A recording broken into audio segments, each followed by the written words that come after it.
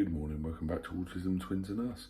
Whilst I am preparing their breakfast, which you can see, Wheaties and toast, I'm just going to put a little clip in here of a news report I saw yesterday on ITV News, Channel 3 in England, which highlights the desperate problem we have with care for children with disabilities and autistic children when families come to crisis point. And I just wanted to talk a little bit about that.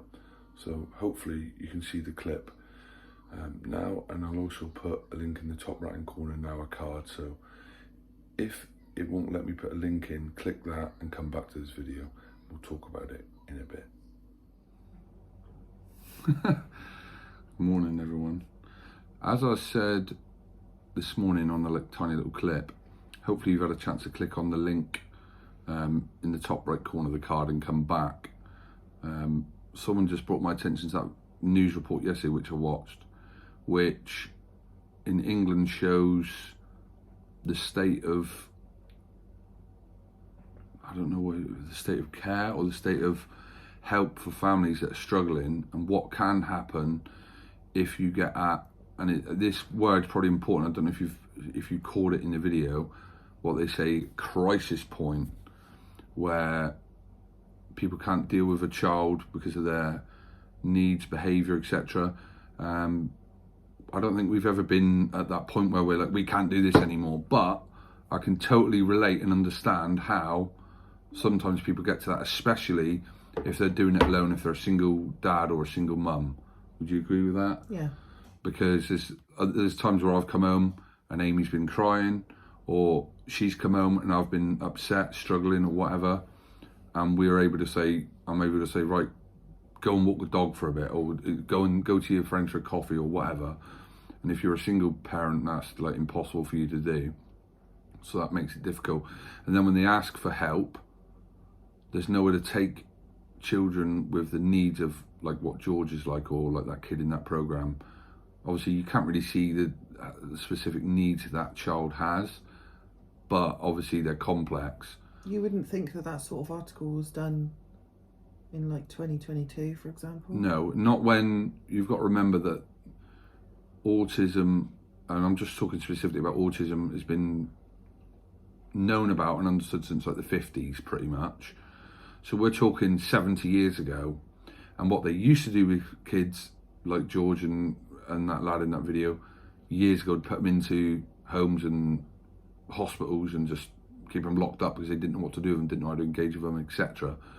And 70 years later, when parents are asking for help, they haven't got anywhere to put these kids, or they haven't got the respite in place. I'm sure that hopefully in other places, probably America's probably a bit different, they probably have got the facilities to look after and help children like this. I don't think it's even so much like about a facility, like just getting a couple of hours respite and stuff. I mean, we have to... So important. I mean, at the moment, we have two of George's previous teachers or TAs that have him normally once a week. They'll have him each, so like a couple of hours. He's allowed 3 hours a week in term time, 6 hours in holiday times, some of which he'll go over that when it's holiday times because they both might have him for 3 hours, and then another one will have him for 3 hours. But the majority of the time he gets maximum of 3 hours a week, most weeks. By the time, and don't get me wrong, that is massively helpful. Like today he's got respite after school, so his one-to-one will pick him up from school, take him wherever. Sometimes she'll just take him supermarket, get him tea, bring him home at 5:30, 6:45-ish, or 6 o'clock. So that means he's been out with her for 3 hours. That's his weekly allotment done. But it gives Amy a chance to sometimes spend a bit of time with Matthew when I'm at work. It gives me a bit of time to spend a bit of time with Matthew and Amy without having to worry about whether George can handle the situation. So it's just a shocking thing to see. I mean, we know about it anyway. We haven't thankfully ever been in that point of crisis point, but I can totally understand how some families get to that point because they can't, there's no help. You're not given. We found out about the two boys when they were 3 years old. We knew about it before that. And basically there was like a leaflet, there you go. Yeah. your child's autistic, but I just think Good local luck. authorities should have more of a responsibility and more of a sense of urgency. Like, we applied for a safe space, and it's supposed to go to a panel. that's nearly a year, and I've been trying to chase up about his funding and stuff, and I'm not getting anything back. And you know, for families like us where their children, especially in meltdowns, get quite violent, and you need And like a destructive. safe space, for example, is perfect. But they've obviously said to us that they could do an extension on the side to create more of a sort of safer sensory room for him. And parents, you know, could really rely on stuff like that. But the communication and the time that it takes to even get this started is ridiculous. I mean, you get to the point where I was trying to say to Amy last night, for example, that child in that program, they were saying they got him into a respite after 30 days in basically what was a prison cell. Put him into a respite, which then is only for a certain amount of time. They've got to remove him from that. So what happens then? That family, even if he goes back to his family, which I'm sure they want him to, it's not that they don't want him to, they're probably just struggling to deal with him. They'll still be at square one. They're back at square one. There's no help until it goes downhill again and it gets a crisis point again and they can't cope again. There's not any, right, okay, this child needs a weekend away every 2 weeks at a respite centre designed for children like him to give the parents a break, to enable to continue caring for children like that child in that programme and like George. Not so much Matthew because he's higher functioning. He is a lot easier. He's not as destructive, but he still has a lot of sensory issues that we have to consider. But you shouldn't. An article like that could potentially make parents who are really struggling too scared to come forward. Yeah, because 100%. then their children are at risk of being taken away and put in basically a prison cell because they've got nothing else to do with them. Local authorities should be looking at how they can help families better, not like necessarily financially or anything like that, but just help with one-to-ones and stuff like that, rather than just whipping the kid away. Because even the mother said that he had, you know, started like not talking to them and stuff, and rightly so, because he thinks he's being punished, doesn't he? Yeah, you would never expect your own child to be treated like that, and he's a child. He's 10 years old. Yeah, so he's a couple of years older than the boys. Obviously, it shows him there thriving in a what I would presume is a respite type autism hub type of place where they've placed him.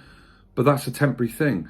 If that family, for example, knew twice a month he was going to go from a Friday from school and not come home till the Monday, it would give them, of course it's going to cost, I understand it's going to cost, but what would it cost if that family say, we can't do it anymore, we cannot deal with it anymore, and he gets taken into care? It's going to cost them 20 times the amount of what it would cost to have him into respite. And I'm not saying the family want to get rid of him, that's not what I'm trying to say. Parents shouldn't be afraid to speak up and say that they're struggling. But that shows why they are, because if you ask for help and they've got nowhere to help you, there's no... George has got to a point now where he's 8, so I think if we wanted to, we could apply for respite, or respite if you're in America you call it, for like overnight stays. But even then, it's really hard to find a placement that are able to cope and deal with him. There's just not enough of it, so it really is something that needs to be looked at. I mean, when we were going through, when George was first diagnosed, especially George, we had so many different like companies or whatever come in and help, didn't we? Oh, do you need stare? We had like a list of them, and you know, some of them were okay, and they came in and they were able to interact okay with George, and especially when he just started nursery, like we had to fight to get him into nursery. My health visitor actually said to me, and on the application, I'll have to write that you're depressed to even get them considered for nursery. It's just a crazy situation for a lot of people. Thankfully, there's 2 of us that are trying to do it together, but not everyone's in the same boat. And we all know that the statistics, even just for having twins with no developmental issues or stuff, is like a high separation divorce rate, right? I think you're talking like 60-70%. It is though, isn't it? And then when you add autistic or special needs children into that, it comes even higher. So it is hard. It's hard. I think parents shouldn't feel like they're going to be punished when they say, look, you know, this is a struggle. Having kids is hard enough as it is, but when they've got special needs, no parent should be afraid to come forward and ask for help. And then what's the consequence? That the child suffers, which is going to make them even more difficult for them for their life. So at the end of the day, it's just a point to if anyone didn't see it, watch that little video. I've put a video link in the description, which is a link on YouTube. So if you haven't seen it yet and you haven't watched it yet up to this point, when this video finishes, go back and have a look. Just wanted you to have a check of it, and you can see that's what it's like in the UK at the moment in England. And this isn't that mum and dad where you see in there would have been at the point of, we need help, we're desperate. We've been like that a few times where we're like, we can't deal with this anymore. But at least there's two of us. So when I've come home, I've come in the door before from work and Amy's been crying. And I'm like, what's the matter? And they've just been smashing the house up, hitting her, biting her, hitting themselves. You get days where you'd come in from your day shift, and I would literally have my shoes on and walk out as you're walking in. And literally, right, I need a break, see you later. What happens if that's a single mum on their own? Or a single dad? I know I say single mum because that's normally the situation. It's not so many dads that are on their own with children, but what's the situation then? That the parents should be able to ask for respite and get the care that child needs and they need. Because for us parents to continue looking after, they're our own children, but to continue looking after a child with such high dependency needs, you know, we need, not just us, but parents need help to be able to do that. It's not like you go, when your child's born, I'm going to choose a child that needs me to care on them 24 hours a day, 7 days a week, 365 days a year, and there isn't a break. So when people say to Amy, do you work? And she goes, no, I don't work. That frustrates me because she works 24 hours a day. There's not, when I go to work, I go to work 12 hours, I leave work and I've left work. People don't see it like that, they do. People don't, but they feel like I'm sort of the... sitting at home doing nothing. Yeah. But that's far the opposite end of the truth. And anyone that's got kids will know that even with kids with not special needs, it's a 24-hour job. And I think normally till they're 18, but obviously we're talking about forever. What's shocking about that article as well is autism is so well known now, because I think you'd be hard pressed to find somebody who didn't know of somebody with autism. Yeah, because the diagnosis is better now. Yeah, and because that is the case, to still have facilities like that where they're just locked in a room and ignored. And we're not talking just about autism as well. In general, even adult mental health, for example, we all know, we've all read things in the paper where people now that have been sectioned are taken to a police station because their mental health hospitals are full. There's no room for them. It isn't just autism that's an issue, but this is one massive thing. And when you're talking about children, so well known, you'd expect the facility, the care, the help, everything.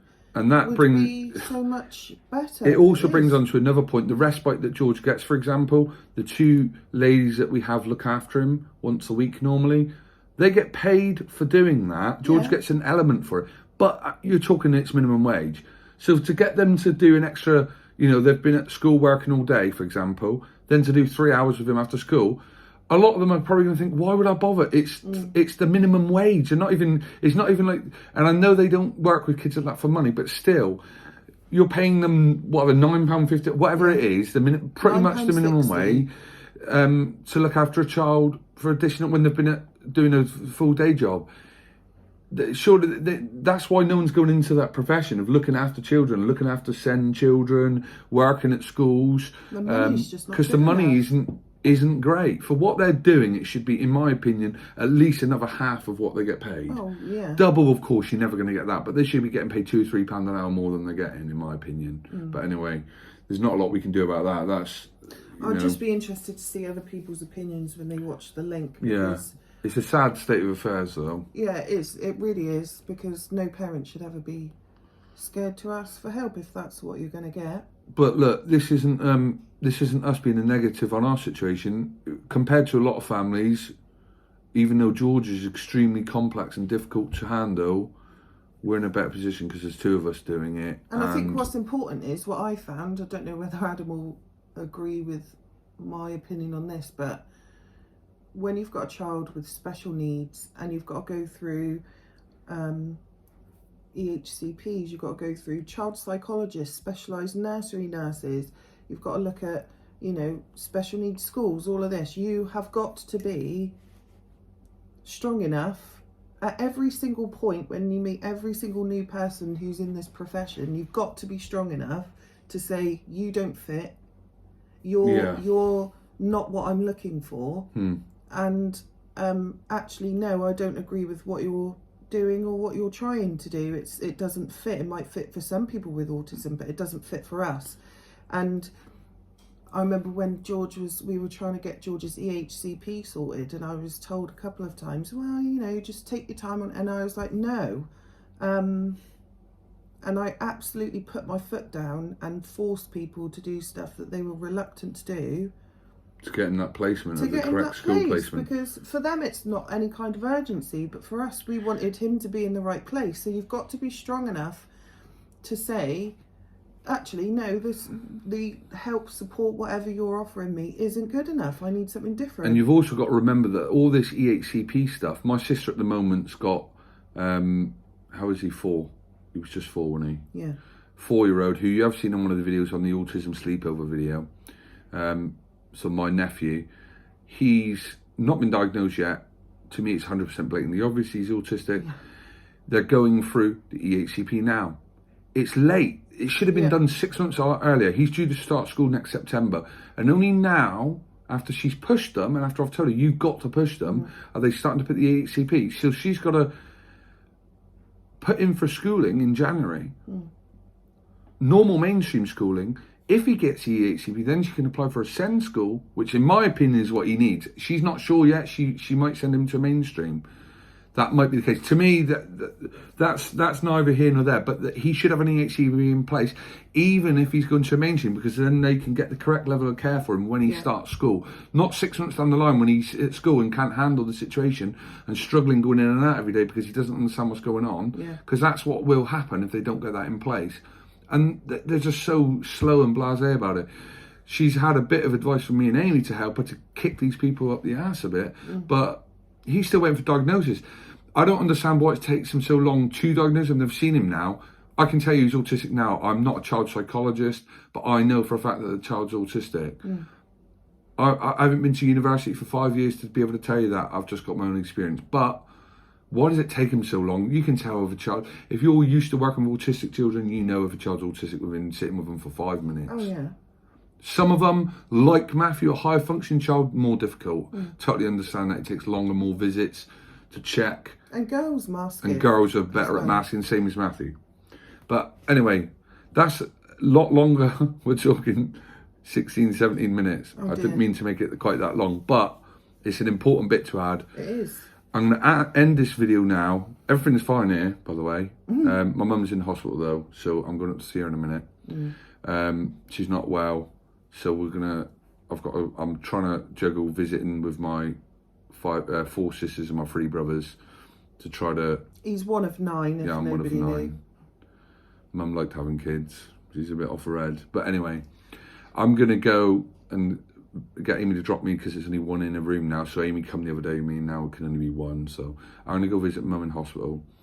Everything's fine here with the boys. They've had a really good morning. Everyone off school. I'm off work at the moment, so it's okay. George is obsessed with Home Alone at the moment. Yeah, he keeps on saying, Home Alone. You guys give up. You guys give up. You're thirsty for more. Tablet, house table, and then he's watching the clips of, you know, the spider on his face. That is the funniest part, though. And then he does the scream like Marv does. Yeah, that's good. I'll try to at the end of this video. I'll try to add it. Him later doing it, the scream, and I'll try to edit that in at the end of the video just to show a bit of humour and fun to the video because it feels like it's a bit of a negative video, but it's important to talk about it. I wouldn't say it's negative. Not negative, I think but it's trying to enlighten people. Enlighten people of what's going on in the UK, and that isn't going on to us. But it could easily happen to us or anyone else, where you get to the point where you can't physically, mentally cope with it anymore. There have been parents that have left their child in the local A&E department, because they can't cope, and that's left them there. And that's sometimes children without even needs, like, you know, just babies and things like that. So more needs to be done. Yeah, it does. But let's crack on with the day. I've got to go and see Mum. We should be local MPs. I imagine that. We'd cost the government a bit too much money probably for their liking. Right, we'll catch you on the next video. Bye for now. Bye. Go. Whoa. Chicken.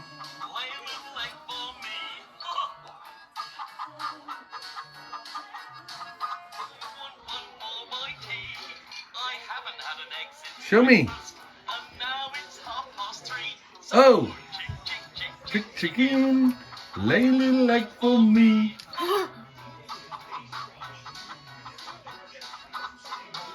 Bye-bye. We're music man. The music man. He's a music man! I am the Stop music. Stop the music. chicken. You sneaky little boy. Oh, cold.